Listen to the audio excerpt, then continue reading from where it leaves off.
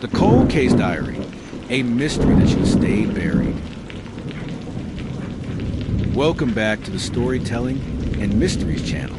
Today's tale comes from the frostbitten edges of the unknown, a story hidden in a locked room, inside a forgotten house, belonging to a man who disappeared nearly 40 years ago. This is the Cold Case Diary, a discovery that should have stayed buried. It began with a foreclosure. When the county seized the old Brooklyn property, no one wanted it. The house had a bad reputation. Neighbors whispered about strange noises, lights flickering at odd hours, and a man who lived there but never seemed to age. His name was Elias Warren, and he vanished in 1986 without a trace. The property sat empty for decades until it was finally auctioned off. A young couple bought it, hoping to renovate and resell. They expected rotten floorboards, mold, maybe a few rats. They did not expect what they found on the second floor. Behind a bookshelf, one bolted the wall so tightly it took 3 hours to remove. They found a locked steel door. Heavy, industrial, out of place. After breaking the lock, they found a small windowless room, the walls lined with peeling blue paint. In the center sat a desk, and on the desk, a thick leather-bound diary, frozen in a block of dust. This was Elias's diary, but the first page revealed something even stranger. Case file not to be opened. The couple turned the book over to the police, and once investigators saw what was inside, the case of Elias Warren, cold for almost 40 years, reopened overnight. The first entry was dated March 2nd, 1986. Elias wrote, "This is not a diary. This is evidence. And if anyone finds this, I failed." Detectives were stunned. The remaining pages detailed a chilling account of a man who believed something or someone had been watching him. He wrote about footsteps in the attic when he lived alone, about a man with no shadow appearing in reflections, but not in reality, about photographs he'd taken of his living room while he slept, photos that showed a figure standing over him. Every entry ended the same way. He is getting closer.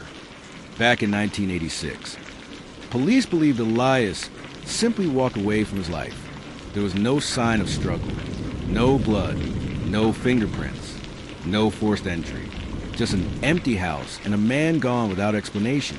But the diary changed everything. Elias wrote about a stalker, a master of silence, someone who entered his home without breaking locks, someone who left small object behind. Coins, matchboxes, bits of string, like trophies or warnings. One entry read, "He knows my schedule better than I do. I sleep at midnight. He watches at 12:03.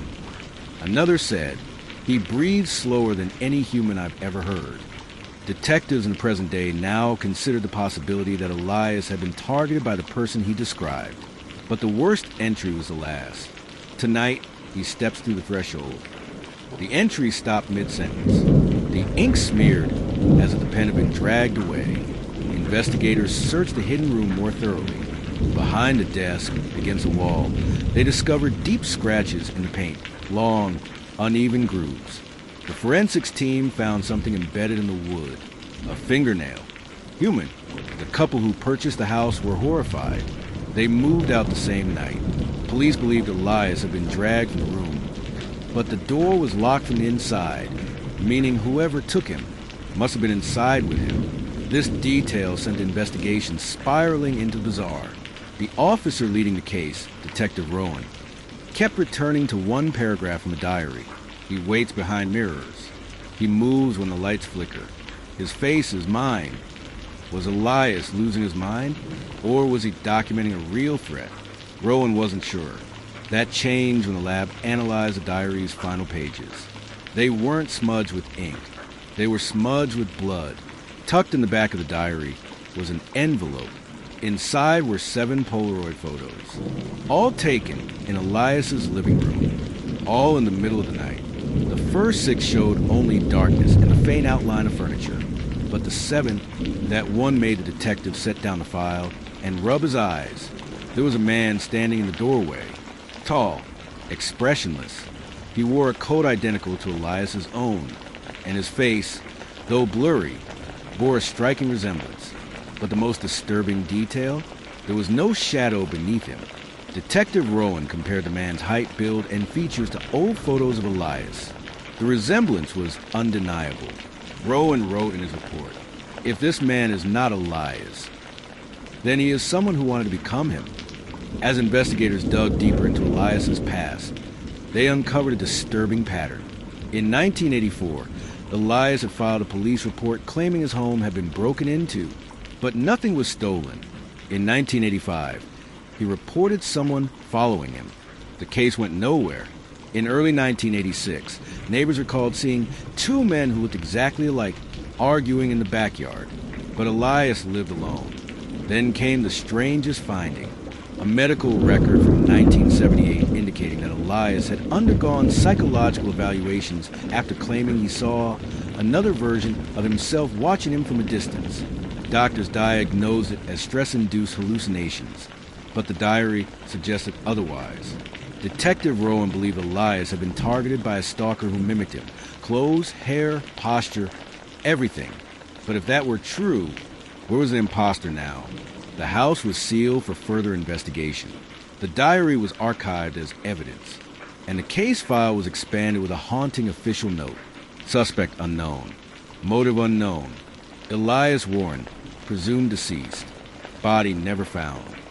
To this day, neighbors say they still hear footsteps inside the house on Brook Lane. Others claim the lights flicker at exactly 12:03 a.m., even though the power has been shut off for years. As for Detective Rowan, he now keeps the 7 photograph locked in his desk, because every time he looks at it, the man in the doorway seems just a little bit closer. Thank you for watching Storytelling and Mysteries channel. If this story sent chills down your spine, make sure to like, subscribe, and join us tomorrow for another mystery in our 30-day series. Until then, lock your doors and trust your reflections.